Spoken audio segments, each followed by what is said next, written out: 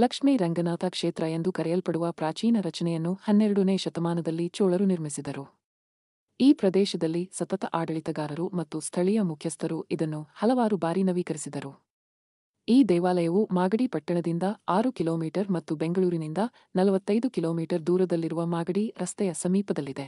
ದೇವಾಲಯದ ಪ್ರಧಾನ ದೇವತೆಯು ತನ್ನ ನಿಂತಿರುವ ಭಂಗಿಯಲ್ಲಿರುವ ಭಗವಾನ್ ವಿಷ್ಣು ತಿರುಪತಿಯಲ್ಲಿರುವಂತೆ.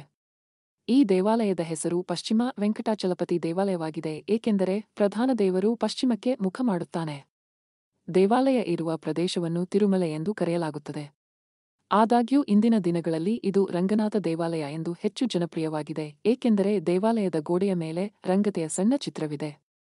ಇದು ಪ್ರತಿವರ್ಷ ಗಾತ್ರದಲ್ಲಿ ಬೆಳೆಯುತ್ತಿದೆ ಎಂದು ನಂಬಲಾಗಿದೆ.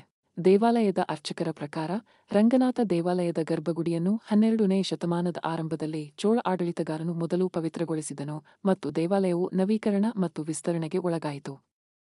ದೇವಾಲಯದ ಮುಂಭಾಗದಲ್ಲಿರುವ ಗರುಡ ಸ್ತಂಭ ಮೇಲಿನ ಶಾಸನವನ್ನು ಆಧರಿಸಿ ಎತ್ತರದ ಅಲಂಕಾರಿಕ ಗೋಪುರಗಳು ಪ್ರಸಿದ್ಧ ವಿಜಯನಗರ ಸಾಮ್ರಾಜ್ಯದ ರಾಜ ಕೃಷ್ಣದೇವ ರಾಯನು ಸೇರಿಸಿದನು.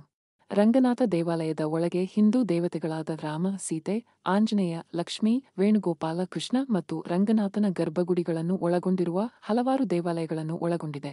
ಹಿಂದೂ ದಂತಕಥೆಯ ಪ್ರಕಾರ, ಗೌತಮ ಮಹರ್ಷಿ ಮಹಾವಿಷ್ಣುವನ್ನು ಹೊರಗಿರುವ ಭಂಗಿಯಲ್ಲಿ ವೀಕ್ಷಿಸಲು ಈ ಸ್ಥಳದಲ್ಲಿ ಕಠಿಣ ತಪಸ್ಸು ಮಾಡಿದರು.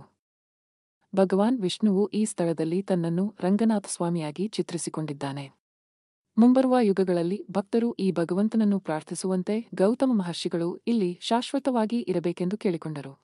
ಮಾಗಡಿ ರಂಗನಾಥ ದೇವಸ್ಥಾನವು ವರ್ಷವಿಡೀ ಬೆಳಿಗ್ಗೆ 8:30 ರಿಂದ ಮಧ್ಯಾಹ್ನ 1 ರವರೆಗೆ ಮತ್ತು ಸಂಜೆ 4:30 ರಿಂದ 7:30 ರವರೆಗೆ ತೆರೆದಿರುತ್ತದೆ. ತಿರುಮಲಕ್ಕೆ ಭೇಟಿ ನೀಡಲಾಗದವರು ಮಾಗಡಿಯ ತಿರುಮಲೆಗೆ ಬಂದು ಶ್ರೀ ವೆಂಕಟಾಚಲಪತಿಯ ದರ್ಶನ ಪಡೆಯಬಹುದು.